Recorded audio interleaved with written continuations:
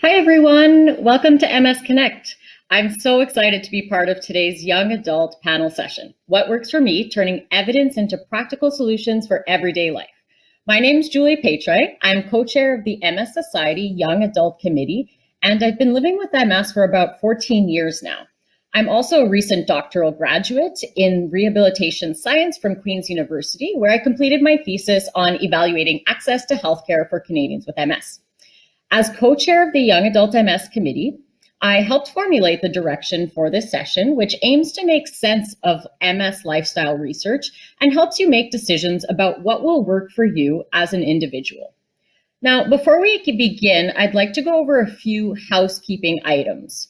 So the first is that questions can be typed in the question box at any time throughout the session. You can join the online conversation and share your favorite moments from today's sessions by posting on Twitter using hashtag MSConnect. Make your voice heard and respond to our daily poll on our Twitter page at MS Society Canada. And just wanted to let everyone know that this session is being recorded and will be shared at msconnect.ca. Once again, don't forget to join us at 6 p.m. for the Young Adult Social Engagement Session, which is your chance to connect with members of the MS community from coast to coast. Now, let's go ahead and jump into the sessions.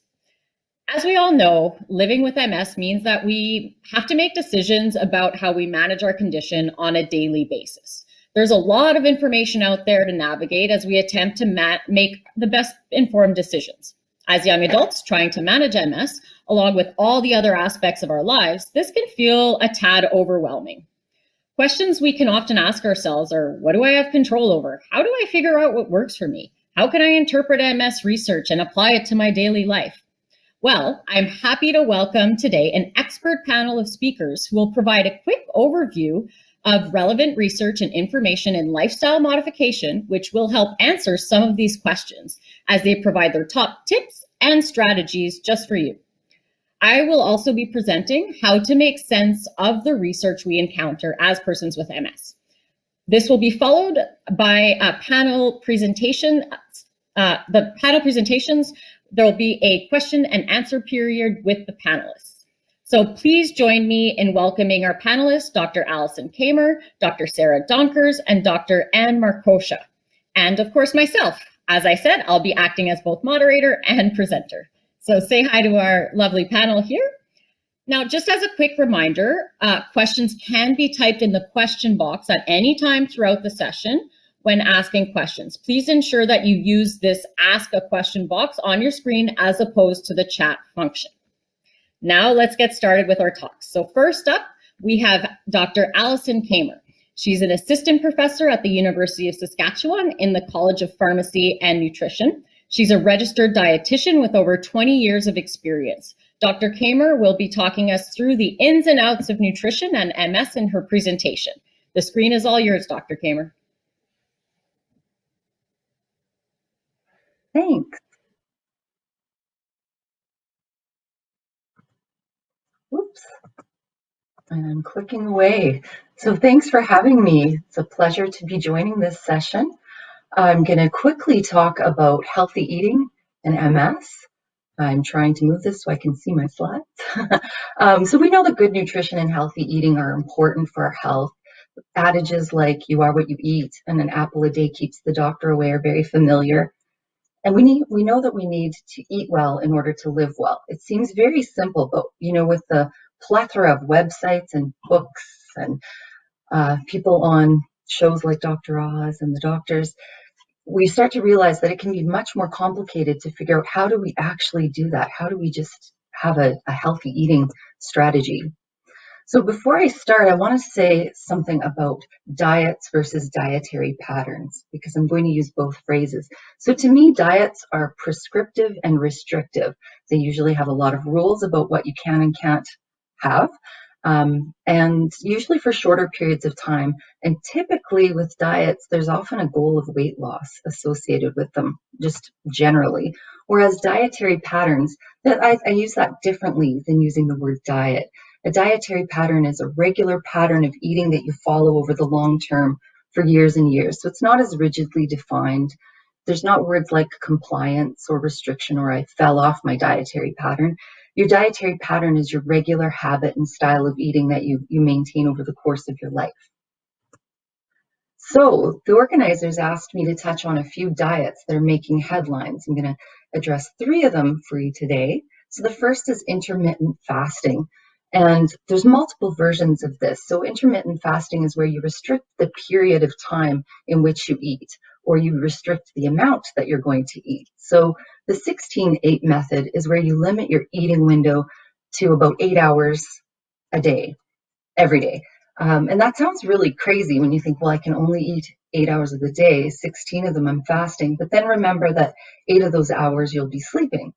So you have that limited window. It then limits the amount that you're actually going to consume. So it's calorie restrictive in a lot of ways. And then it also, you usually, the window starts after supper generally, and then goes until the next morning at about 10 or 11 a.m. And what happens at nighttime? That's when most of our snacking and eating of processed food happens. So it's a way to eliminate that as well. The 5-2 diet is where you eat as you would normally for 5 days of the week. But then on 2 days of the week, you fast either entirely or you have a very small amount, like 400 or 500 calorie meal in there. So say on Monday and Thursday are your fasting days, but 5 days are eating normally. And then there's the alternate day. So you fast entirely or have a very limited intake of about 200 calories every other day when you eat normally on the other day. The warrior is the most restrictive type of intermittent fasting where you eat a very limited amount of vegetables and fruit during the day from about 10 a.m. until 5 p.m.ish, and you have that one substantial meal between 5 and 6 p.m. and then you fast again. So the next one I'm going to cover is the keto diet. So there's many versions of this, but the common thread to keto is that it's where you maintain your body in a state of ketosis. So usually we eat carbohydrate that gets converted in our body to glucose, and glucose is what fuels our body, the energy source. But in the keto version, you eliminate carbohydrate almost entirely from your diet, and that forces your body to use ketones for the energy source. So if you can see on this food pyramid of the keto diet, there's not any whole grains or carbohydrate containing foods. The vegetables that are there are those that have very limited amount of carbohydrate. Protein sources, emphasizing lean protein sources, and then a lot of fats as your energy sources. So again, on the keto, you wouldn't have processed food, junk food that we like to call junk food. That would be eliminated. And then the Walls protocol. This was developed by Dr. Terry Walls, who is a physician who has MS. And she created this diet based on the paleo principles. So not a lot of carbohydrate on paleo diet. That's where you're eating high amounts of protein and nuts and seeds. She also added omega-3s for their affiliation with brain health and neural health. And if you can see from the figure at the bottom, there's no gluten, there's no processed foods, there's no eggs. And the only reason there's no eggs is because Dr. Walls is actually quite allergic to eggs. No dairy. So there's a lot of limitations. And you can see the pyramid, the food pyramid for the Walls diet, a lot of vegetables and fruit, and then your lean sources of protein, your oils and such. So one of the components of the Walls protocol is that you have at least 9 cups of vegetables and fruit every day, and at least 3 of those cups are green leafy vegetables. The Walls protocol has been, it's been around for quite a number of years. So again, you're looking at what does it not contain? Well, it doesn't contain any of those processed foods, sweets, sugar containing things that we think of. And the Walls Warriors is a group. It's a support group you can belong to and learn from other people that are following the Walls protocol. So when we look at these diets, there are quite a lot of restrictions on them, and it's important to consider what they don't contain. So things like junk food, so processed foods, sugar sweetened beverages, candies, things like that, high fat, high saturated fat containing foods. So when you think about a dietary change, you want to think about how you ate before that and then the change. And what is it about that change that would be beneficial to your health? And we'll talk a little bit about that in a second. So we're moving into promising dietary patterns for MS. Before I do that, just to return to those 3 diets that we covered, some of them you want to be very careful when you're considering adopting one of them when you have MS. For example, intermittent fasting, you can end up with muscle weakness and fatigue due to the fasting periods, and that's not great. It can exacerbate symptoms, etc. With the keto, again, no low carbohydrates, so you're not getting whole grains, and you want to make sure that you are mindful of those things, those elements that aren't there, so that you can replace them somehow in your diet. So promising dietary patterns. Well, I say promising because there's really not a lot of research on dietary patterns in MS compared to other dietary patterns. So the research that's out there really does point to the anti-inflammatory dietary pattern. Now, what is that? Well, there's different dietary patterns that have been researched and shown to have proven anti-inflammatory effects in the body. So it's about addressing systemic inflammation and reducing the amount of inflammation that's experienced in your body through your diet. So several of them exist: the Mediterranean dietary pattern and the MIND diet, which is a Mediterranean intervention for neurodegenerative delay. You can see why it's shortened to MIND. And that was developed by a team of researchers from Rush University. It was intentionally framed to try and address brain health, essentially, and reduce risk for cognitive decline. Similarly, the Brain Health Guide that was developed out of Baycrest, and if you just Google Brain Health Guide Canada, you can find that, and it's developed as a pattern of eating to promote brain health and neurological function. And then Canada's Food Guide. So some commonalities in these different dietary patterns: they all promote a good intake of whole grains and cereals, fruits and vegetables, having oils like canola oil, olive oil, avocado oil, having fish and other lean meats and sources of protein, and not having a high intake of processed foods, junk food, sugar-sweetened beverages, sweets, etc. So that's what they have in common. In Canada's Food Guide, I'll just point to it so that you have the resource at canada.ca/food guide. It was updated in 2019 to be a very strong evidence-based guide with no influence from industry, lobbyists, or marketing boards allowed when they were doing the evidence reviews for it. The key features are to eat a variety of healthy foods each day, and they've replaced the serving sizes with a plate just to show you sort of the proportion of what we should be eating. It's a population health guide, so at the individual level, you would tailor it to your own personal needs and your style of eating. I like that the Canada Food Guide has these other statements like, be mindful of your eating, cook more often, because we know that food that we get from restaurants or prepackaged foods is higher in saturated fat, sodium, and sugar. Enjoy your food, and that's a huge principle about dietary patterns. You have to enjoy them.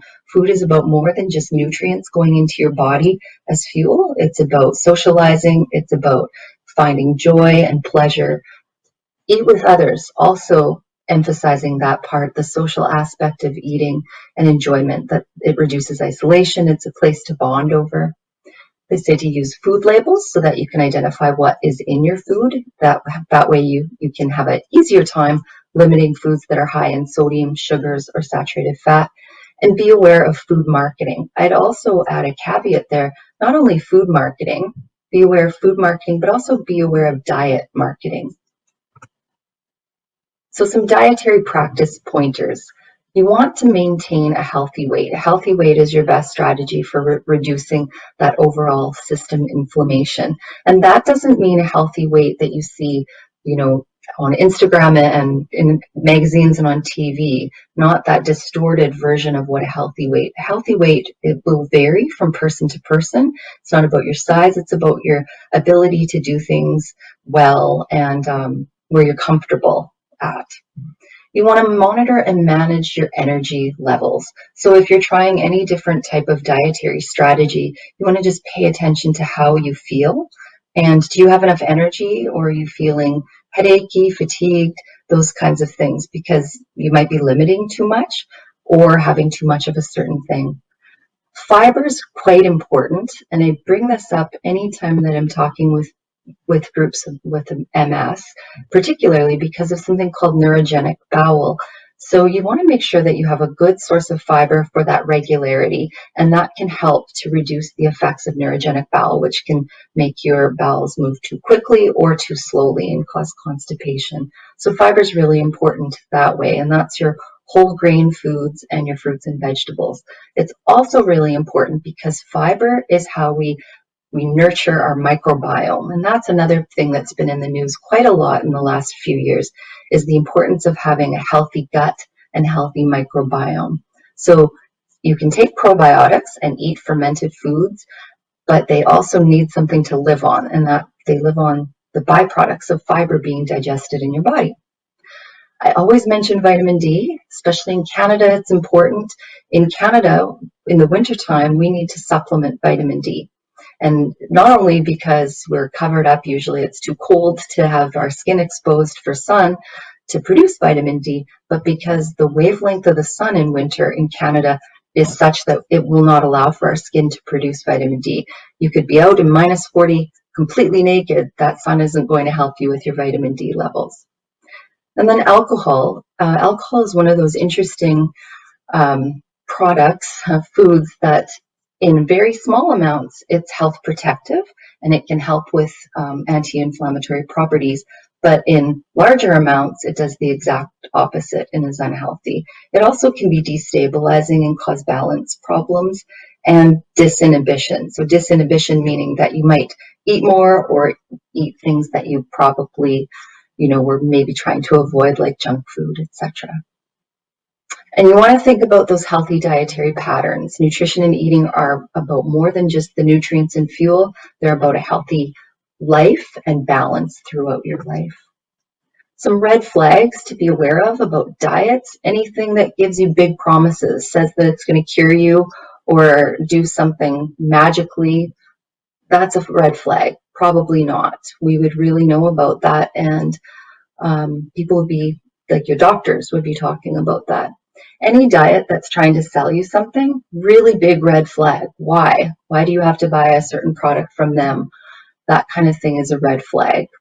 Rapid weight loss. If a diet promises rapid weight loss or causes rapid weight loss, both are red flags. Rapid weight loss means that you're losing muscle mass, and that's incredibly dangerous, particularly if you're managing your MS.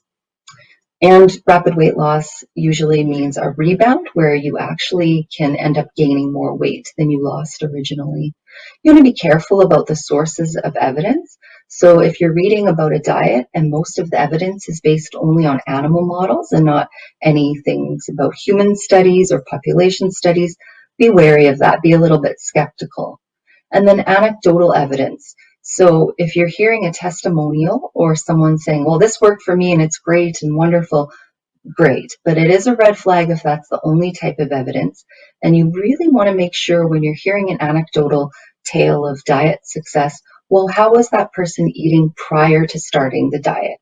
I have a friend who follows the WALS protocol very successfully on that diet, even though it's quite restrictive, but it works for her. However, prior to starting that protocol, she really did live off of processed food. So she's quick to point out, that the change could be partly due to that, just that difference. And really important, you want to look at what's missing. Always when you're thinking about a diet or a dietary strategy that's eliminating something, well, what's missing about it? And why is it missing? And what does it mean to me that it's missing? And should I be replacing those nutrients in another way? So self-assessment is hugely important. You want to make sure that you have the right dietary pattern for your own individual health. So some things that you would need to consider are the cost. Can you afford this diet? Does it work within your budget? And then food preferences. This is very individual. We all have our own likes and dislikes, but food preferences are huge. If a diet is saying that you need to eat quite a lot of something you don't enjoy, you might not be able to follow through on it long term. You want to be wary of your individual nutrition goals, and does this diet work with those nutrition goals? You, of course, have to think about your food skills and abilities. Are you able to prepare food in the way that they're asking you to on this dietary pattern? Or do you want to as well? So that's more to do with your fit with your lifestyle and your quality of life. And particularly a restrictive dietary pattern, if you're thinking about trying something that's restrictive, you also want to really think about what other things is it going to limit. Will it make it harder to enjoy meals with friends and family and socialize around food? Because those are important factors that add to your quality of life. You don't want to be following a rigid dietary pattern that's going to limit that ability to socialize and connect with people over food, because that can lead to social isolation, which is probably as detrimental as not following the different diet. And with anything, you want to be monitoring it. You want to sort of keep track of any change that you make, and then monitor your own body. How do you feel? What's changed? Are you feeling tired? Are you feeling energetic? Are you able to sleep well? Things like that. Really want to consider what the impact of the changes are for you. The biggest thing is to remember that you need to consider the next 10,000 meals or 100,000 meals, not the next 10 or 100. And can you follow through on that? Because a dietary strategy only works as long as you're doing it. And we know that the long-term benefit is much more important than just a short-term. A last little piece of advice is that when you're in doubt or concerned about something, seek help from a registered dietitian. Registered dietitians have specialized training in food and nutrition. We're the science-based experts in dietary patterns. Thanks so much. Thank you so much, Dr. Kamer. That was really, really informative and great.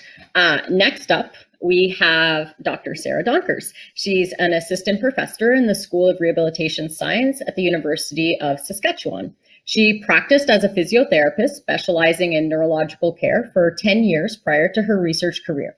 Sarah's current research focuses on access to and quality of neurorehabilitation interventions, including physical activity for people living with MS.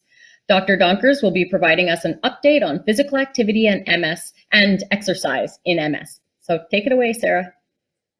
Great, thank you. Hi, everyone. Thanks so much for joining us today. So exercise and physical activity are safe for people with MS. So initial studies really looked at establishing that it is safe and giving evidence that it is an effective treatment for symptom management. Whereas currently, studies are now investigating it as a potential disease-modifying intervention. And we're also finding ways to improve or help improve access to the help and care for getting individuals with MS more active and helping them stay active in order to achieve these benefits. So exercise and physical activity have actually been proposed as one of the most important non-pharmaceutical interventions in MS. So the messaging is pretty clear that individuals with MS should be active, but you may feel that what to do, where to start, and what to focus on is maybe a bit less clear for you. So I'll try to address that today. First of all, research is showing the importance of considering the spectrum of physical activity and intensities. So not just focusing on structured exercise. So physical activity itself is simply a movement that uses energy. It gets our muscles activating, puts load through our bones, helps increase circulation, reduces pressure. But physical activity should not be mistaken with exercise. So exercise is a subcategory of physical activity. It is more specifically movement that is planned, structured, repetitive, and ideally it's progressed. So it has a sense of objective to increase or maintain one or more components of physical fitness, which I'll talk about on the next slide. So physical activity includes exercise, but it also includes other activities that involve bodily movement. And these are activities that are done, that can be done through our everyday life. So playing, working, active transport, house chores, recreational activities. So all physical activity can also range in intensity from light, moderate to vigorous. So there's numerous benefits to exercise, but also numerous benefits in other types of activity, especially over sedentary behavior. So really, you want to think about finding ways to increase your physical activity and decrease the number of hours in a day spent in sedentary behavior. So sedentary behavior can be defined as any waking behavior that doesn't burn much energy. So sitting still, reclining, or lying while we're not sleeping. So research reports that being sedentary is its own additional risk factor for lifespan and health. Some data from people with MS has shown that sedentary behavior is associated with higher blood pressure, increased comorbidities, but also a decrease in brain volume. So therefore, research is starting to put a lot of emphasis in being physically active. And I encourage you guys to try and find ways to make it a routine part of your daily life. And even if you don't like exercise or never plan to do structured exercise, you can gain a lot of benefits by just increasing that range of physical activity. So when you think about light, you want to think about a physical activity where you're moving, but it's not causing you too much stress. So you're doing something that causes your muscles to contract, but you're able to still carry on a conversation. Moderate is somewhat harder. So you're building towards movements that make us breathe and work harder. Often you'll hear this moderate intensity referred to as a pace that you could talk, but you couldn't sing. Vigorous is hard to really hard. We do it for shorter periods of time. It's faster, more powerful movements. It's hard to talk while you're doing vigorous intensity. So there's benefits in this range, and it's not just about structured exercise, but it's about considering ways to minimize sedentary behavior and then play with these ranges of intensity. I just want to point out that there are 2020 guidelines. So these are evidence-based guidelines paired with expert recommendations, and that's the first reference I have on the slide there. So be sure to check that out. So types of exercise. So remember, exercise is structured, repetitive, progressed. And often you'll see in the guidelines a number of different types of exercise. And a question I get asked so much is, where do I start? What do I do? And the answer is really, it's an individualized approach. So the first one, cardiovascular, that's really, people call it cardio or aerobic. And this is things that get your lung and heart pumping faster. And it doesn't have to be big or all at once, right? You can build towards that. But you really want to try and find ways to get yourself working at least a moderate intensity for 10 to 30 minutes, 3 to 5 times a week. So moderate intensity, 10 to 30 minutes, 3 to 5 times a week. For resistance, you really want to aim on activating under load, so under a resistance, your major muscle groups at least 2 times per week. So here we talk about, I like to keep it simple, and I talk about push and pull. So you want to think about push and pull your shoulders, push and pull your back. Same thing for your arms, push and pull your arms, your abs, your back. And then a leg exercise like a squat or a sit to stand is a push and a pull, and calf raises. So from there, you can spice it up by moving in different planes of movement. So out in front, out to the side, or in between, or also challenge your balance and your core muscles by doing it unilaterally. So you want to choose a resistance that's more than just not holding anything, but it doesn't have to be a really heavy resistance. So you want to aim for something that is heavier than what you'd normally carry, and try to do about 8 to 15 reps of those major muscle groups. So flexibility is really about improving and maintaining muscle length. For individuals with MS, we typically focus on doing this daily and in doing those muscle groups that are at risk of being short, right? Or that have spasticity. And that's a bit different than mobility. So mobility and movement, you don't have to hold those ranges of motion as long to gain muscle length. It's more about maintaining the ranges of motions and keeping our body and our joints happy and healthy. So you want to focus daily on taking your body out of positions you tend to spend most of your day in. So like sitting, you want to make sure you're rolling your shoulders back, that you're lengthening your spine, that you're twisting and rotating your spine so we can maintain that mobility. Balance and neuromotor, I probably get asked the most about, maybe because I'm a physiotherapist. So in addition to promoting that resistance and aerobic training, and in addition to finding ways to be less sedentary in your everyday life, if you start to accumulate balance and walking challenges, then the research shows that one of the most beneficial things to maintain your ability to walk is to have focused balance and motor control, neuromotor training.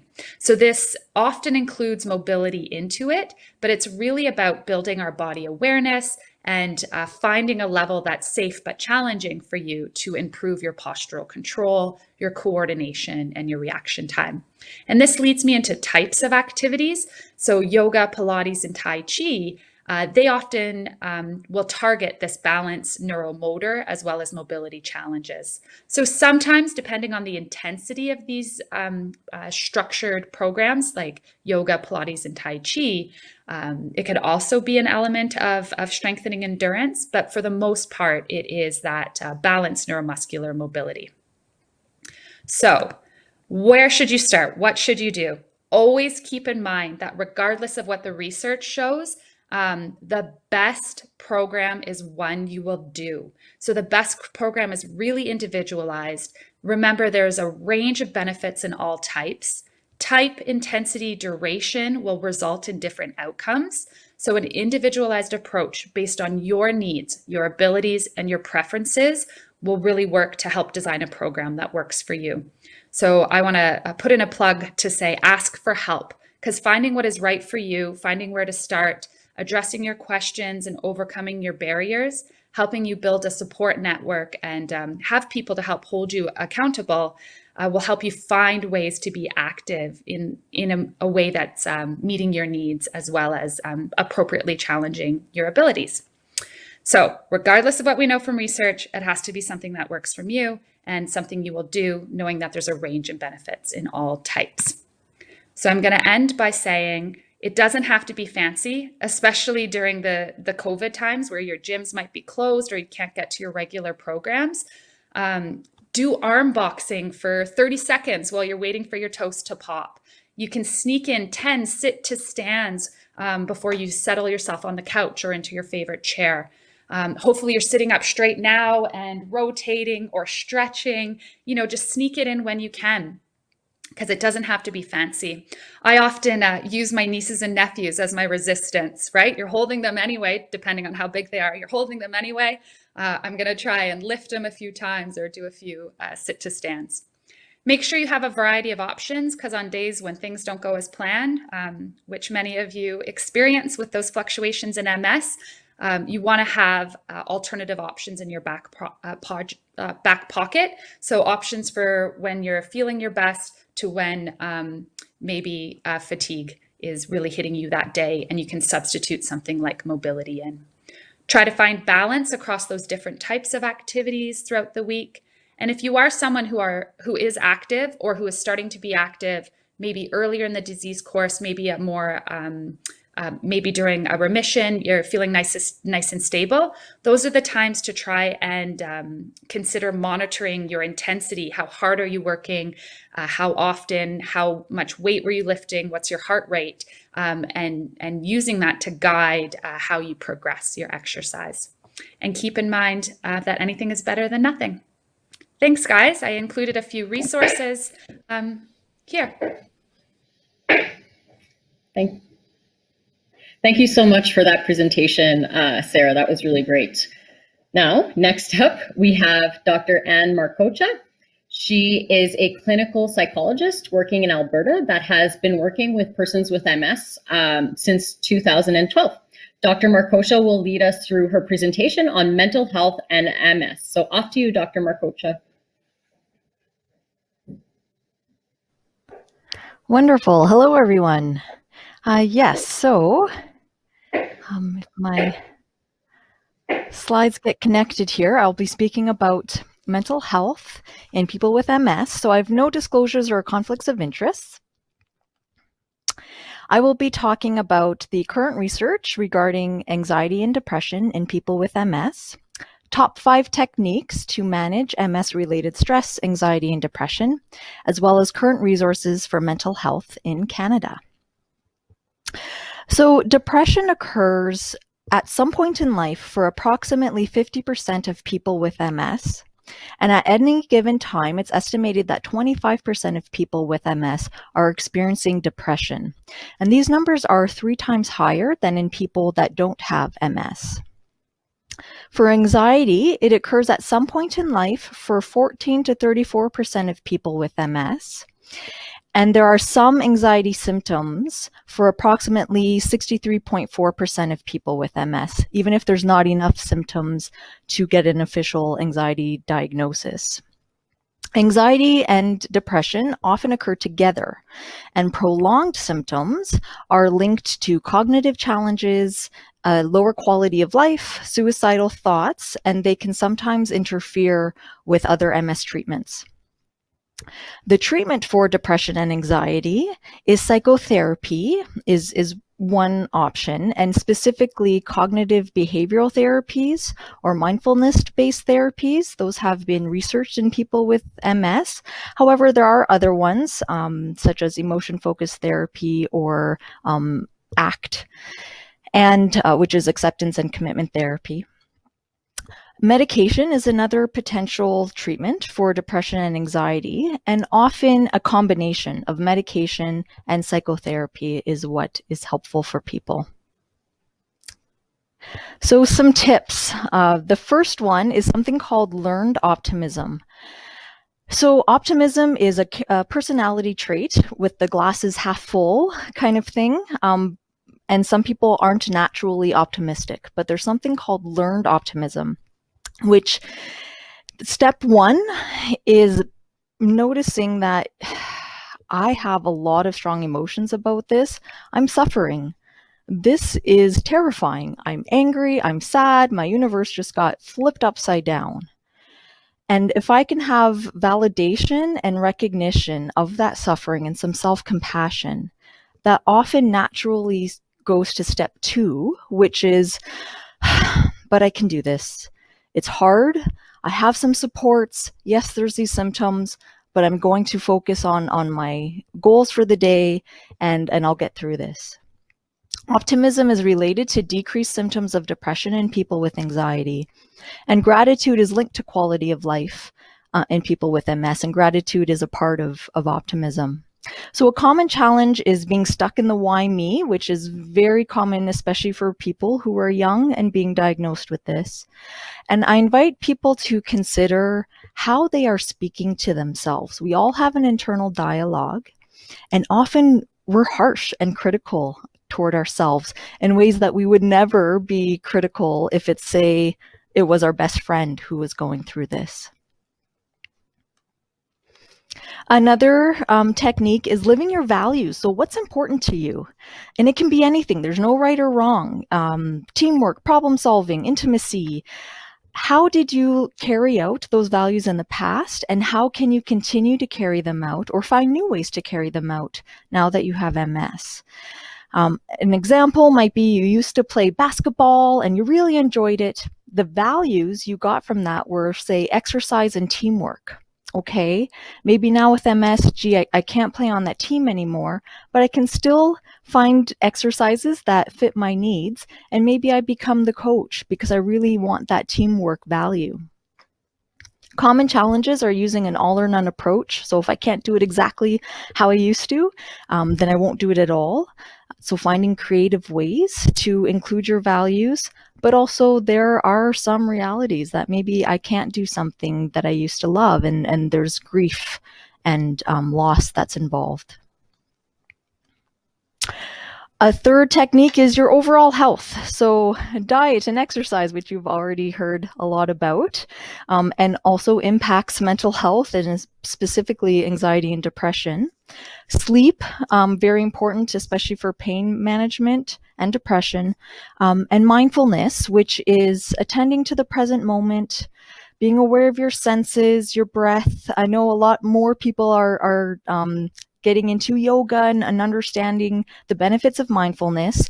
And from a research perspective, there's lots of evidence to say that it helps to reduce symptoms of depression and anxiety in people with MS. But common challenges, some people feel like, oh, it's just one more thing that MS is taking from me. Sorry for the phone ring there. Another is feeling like, what's the point? I'm doing all of this hard lifestyle change just to still feel crummy. So I know this was already mentioned, but thinking of the long-term goal here, this all takes time and it takes practice. And it's hard when there's not those short-term motivators. Perceived control is another technique. And so taking control, not over the MS, but over your response to the MS. So often people, they want to keep living their life just how they were before. And while that works for some people, and if it's working, right on, others find that the symptoms just keep interfering. And so I invite you to, okay, let's take a look at that and actually make those adaptations so that the symptoms can be a bit on the back burner as I'm trying to achieve my goals, especially when it comes to things like pacing for pain management or fatigue management. Common challenges is people sometimes feel like a ticking time bomb. I don't know when I'm going to have my next relapse, so I got to fit everything in right now, and that can interfere. As well, MS is a moving target. So it worked for me today, but how come that didn't work for me yesterday? And so that's a lot of trial and error and patience. And finally, social support. So it is the number one predictor of how people get through really tough times. And it's also can be very challenging. So actually expressing what we need to people is harder than it sounds. A lot of people in our lives, they love us, they care about us, they want to help. But if we don't tell them what is helpful and what isn't helpful, they may miss the mark. So communication is key. I invite people to consider support as in two categories, one being emotional and the other being practical. So maybe I just need to vent or I just need a shoulder. But sometimes I need a ride, I need medical advice. And so there could be different people for different types of support. And so I encourage you to broaden your support network.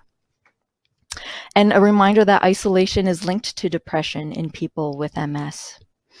Common challenges, it is really hard to ask for help. Often people are used to being the helper, not the helpee. And being the helpee can have feelings of being a burden, feeling guilty, and not wanting MS to win kind of thing. And so giving yourself permission to feel what you feel and need what you need is important. And also for young adults, often people will say they feel out of step with their peers. Their peers are getting married, having children, having their careers are taking off, and they're feeling stuck. So I work with a lot of people that are newly diagnosed, and often single people will tell me, they fear they're not going to find a partner in life because they feel like they have this baggage now. And time and time again, they end up in loving, stable relationships. Or people feel like, should I have kids? What if I have a relapse? Am I going to be a good parent?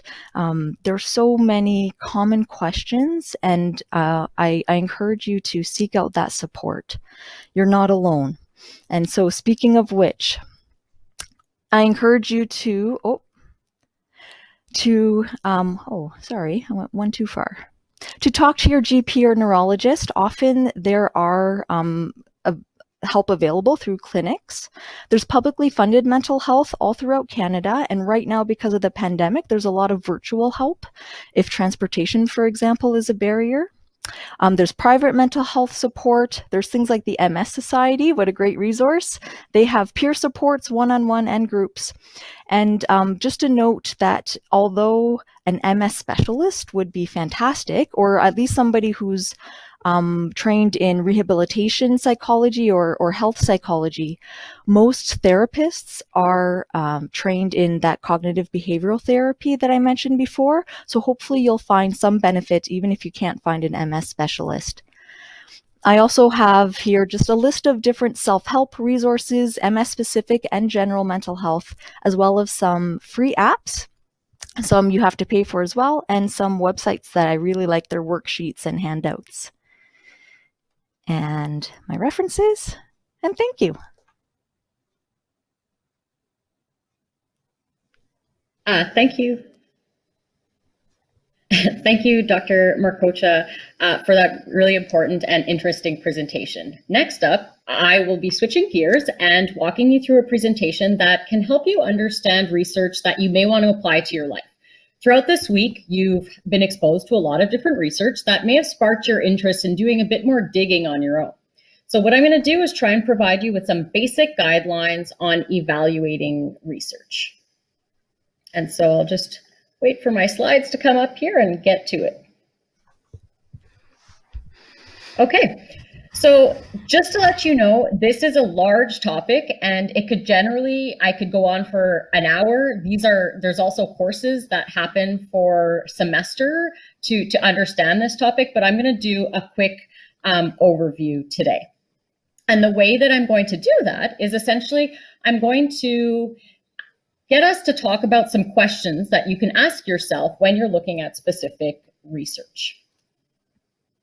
So the first thing you need to do is if you come across a media release or a news release, you need to find out, can you access the original research article? So check for the link in that media. If you can't find the link per se, then at least try and find the name of the journal, the author. You should be able to put that into to Google or journ.org, which is somewhere that you can go to find free full text research. You can, if you're looking for a review, you can go to Cochrane database or you can use PubMed. All of these resources are available online, so you just type that information in there to try and find the article. But one thing I wanted to note is that you may not always have access to full text versions of the article, and you may only have access to an abstract. You will still be able to answer the following questions that we're going to go through together to determine the quality of the research you're looking at just by looking at the abstract. One interesting note, however, is a lot of researchers are would be very happy to share their work with you, and so you can find the corresponding author's email and just send them an email and they'll probably be quite happy to answer your questions. So now you've got your article or your abstract. The first question you want to ask yourself is the article peer reviewed? So peer review is a system that it essentially has different experts that will review an author's work and they'll provide you with the author with some feedback, and the author then has to address those concerns. So it makes sure that you have a certain level of confidence in the data that is being reviewed. So what articles go through peer review? Well, most good scientific journals will have a peer review process. If you're not sure the journal that you're looking at has peer review, just type in the journal name and peer review at the end, and you should be able to find that information. So government and organizations may not always have, or oftentimes don't have a peer review process. Now, this doesn't mean that their work isn't good. It just means that there's no external person evaluating the research. So you do need to be a little bit more cautious about the interpretations. The next question you want to ask yourself is who conducted the work or who funded the work? And the only real reason you're asking yourself this is you want to make sure that there's no conflicts of interest. So did the people who are funding the work actually have a vested interest in the results? And in that case, you'd have to be a little bit more skeptical of the results that you're reading. And you can find this information in the list of affiliations or in the funding and support section of a research article. The next question is what we'll spend a little bit more time on. So this is what type of research, identifying the type of research that the article you're actually looking at is. So there's two main types of research. The first is primary research, and that's when the researchers are collecting the data, analyzing the data. This is first hands-on work. Whereas then we have secondary research, and this is when we take all of that primary research, put it together and synthesize it into a review.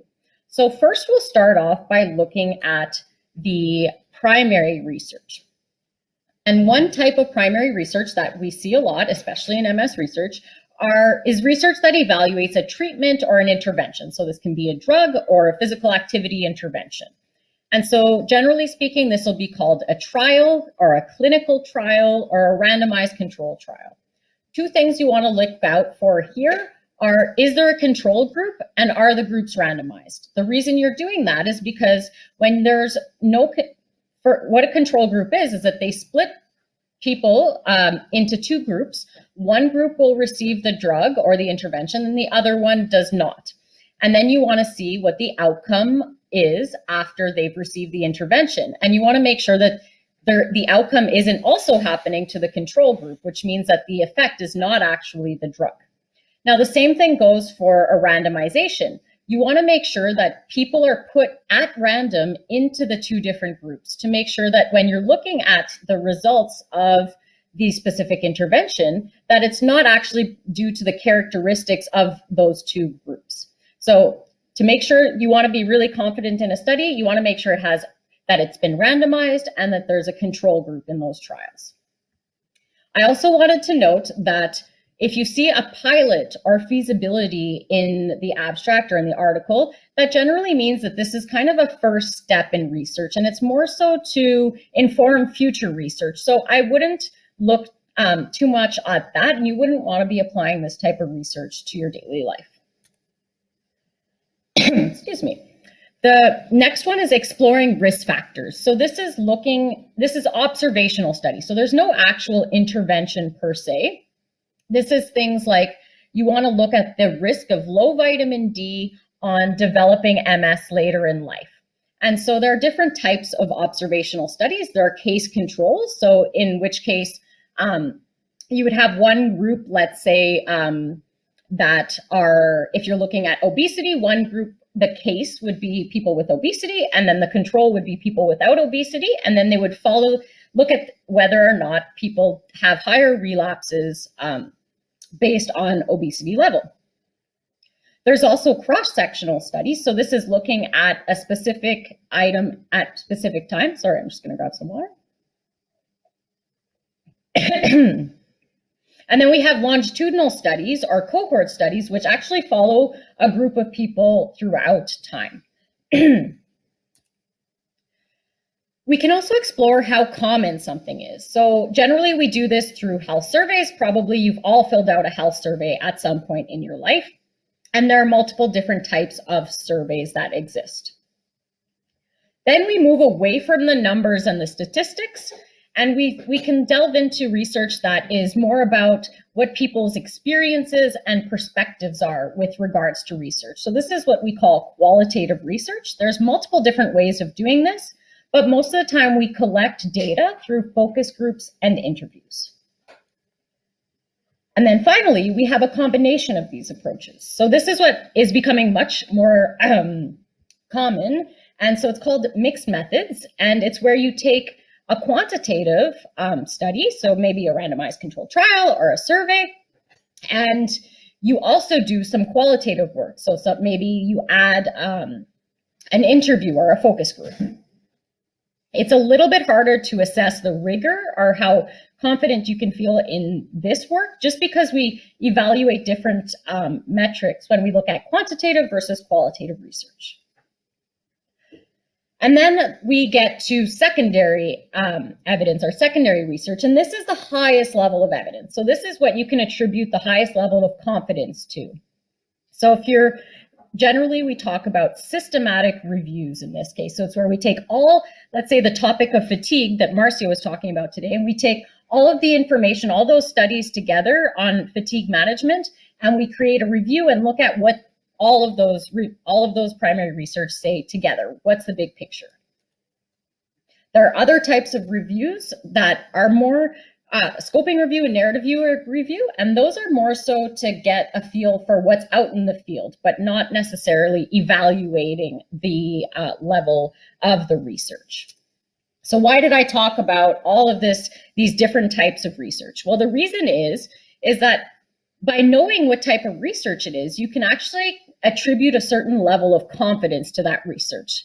So when you're trying to think of applying something to your daily life, it is very rare that you want to pick up a single study and say, yes, this is actually you have a high level of confidence in this and that it's applicable into daily life. When we move things into practice, or we feel very confident, the highest level, that level 1 on this pyramid, are those systematic reviews of randomized controlled trials. Randomized controlled trials are also very highly regarded, and you can have a high level of confidence in them, but you want to have more than one, because even then, one randomized controlled trial is still wrong about 80% of the time. So you just have to be mindful of what you're looking at and go through those questions. One last thing I wanted to point out is that this isn't so much about evaluating whether the research is rigorous, but it's more so figuring out if it applies to your life. So I would take a second and find the method section of the paper and look at the description of the population. And this just gives you an idea of who the researchers included in the study. So if you're a young woman like myself in my 30s and you have a mild relapsing remitting condition, and the study is discussing people above the age of 60 who have more advanced levels of disability, then you may not be able to translate that research into your life. It may not be applicable to you. And then finally, I wanted to end by giving you a slide here with a bunch of different resources. The second resource on this slide actually gives you all the questions to ask yourself, to go through an article and ask all the questions to make sure you get to the right answer, whether you should attribute a high degree of confidence in the research. So thank you so much. So now I'm going to take this hat off and put my moderator hat back on. And this actually concludes the section of the presentations, which means that we're going to bring back all the panelists so that we can ask them a few questions. We have run slightly over here, so I'm going to go right into the questions. Okay, so this one is for Allison. So can supplements work as a good alternative? So essentially to your diet. So they are using the example here is omega-3 tablets.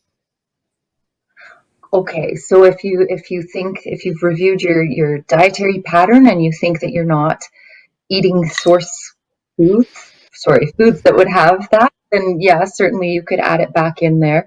Anytime you add a supplement, I would really talk it over with your doctor and consider things like if it's a fat-soluble vitamin or a fat like that, it's better absorbed when you have food in your stomach that contains fat as well.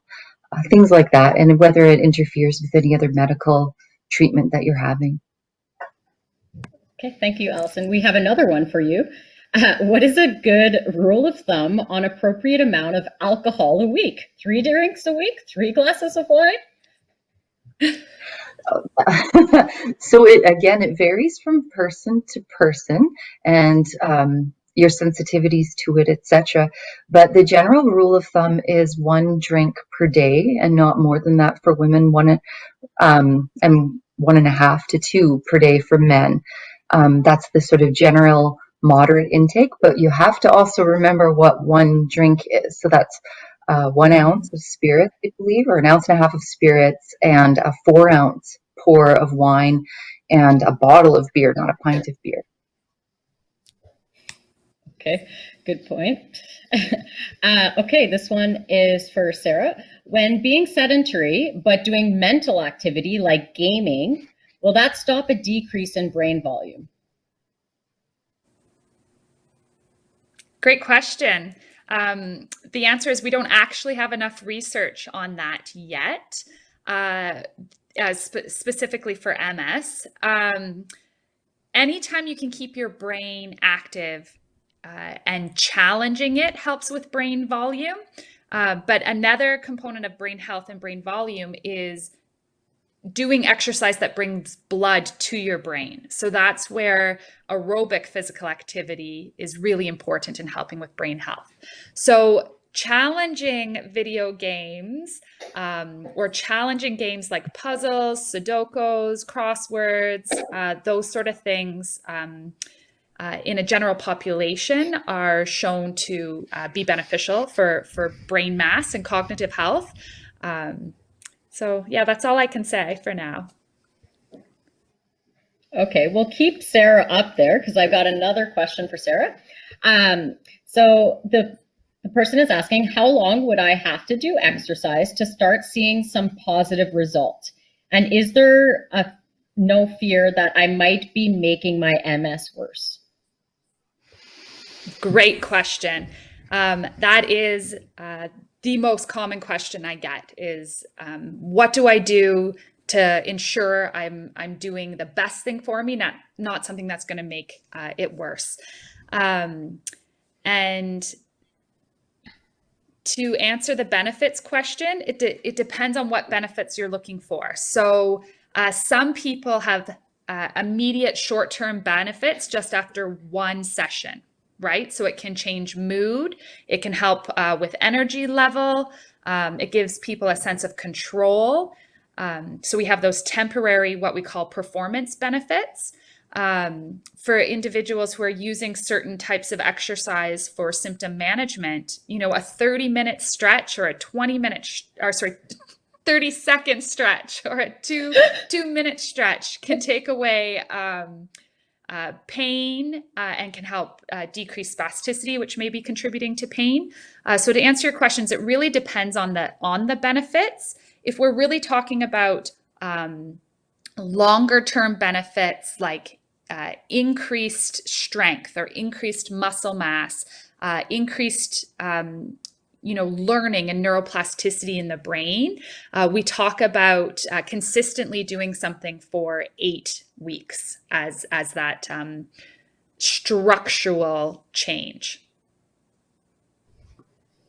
Okay, thank you. We have one for Allison here. Is eating a gluten-free diet beneficial? That's a great question. It's definitely beneficial if you have celiac disease or gluten intolerance. In terms of general population recommendation, I would say no, because you're going to limit a lot of whole grain options and valuable nutrients that come along with them, and your microbiome won't be fueled as much. So people who have celiac disease do have to avoid gluten entirely, and then they have to be careful to add back the different fiber and the different sources, and that can also be expensive. So I wouldn't recommend it as a general rule for health. Okay, well, I think that's all we're going to have time for today. I'm so sorry that we didn't get to get questions to everyone here, but they were all really great presentations. And so I just wanted to take a few moments here to thank our incredible panel for the presentations that they gave and the conversation that we've had with them. I'd also like to take a moment to recognize one of our MS Connect contributing sponsors. So Novartis Canada, you can visit their myrules.ca website to learn more about living with secondary progressive MS. I also wanted to note for anyone wanting to watch the recordings of previous sessions, just to the event, head to the event website at msconnect.ca. Click on check out conference schedule and click on watch recording beside the session you want to watch. We will now take a brief break before we come back for our social engagement session at 6 p.m. Eastern. So I really hope to see you all there. Please note that the young adult social engagement session is not happening on this stream. The Zoom link is at the bottom of your screen. So please join us, go get take a little break and come back, and I'll be there waiting for you. Okay. Thank you so much. Thanks again, everyone.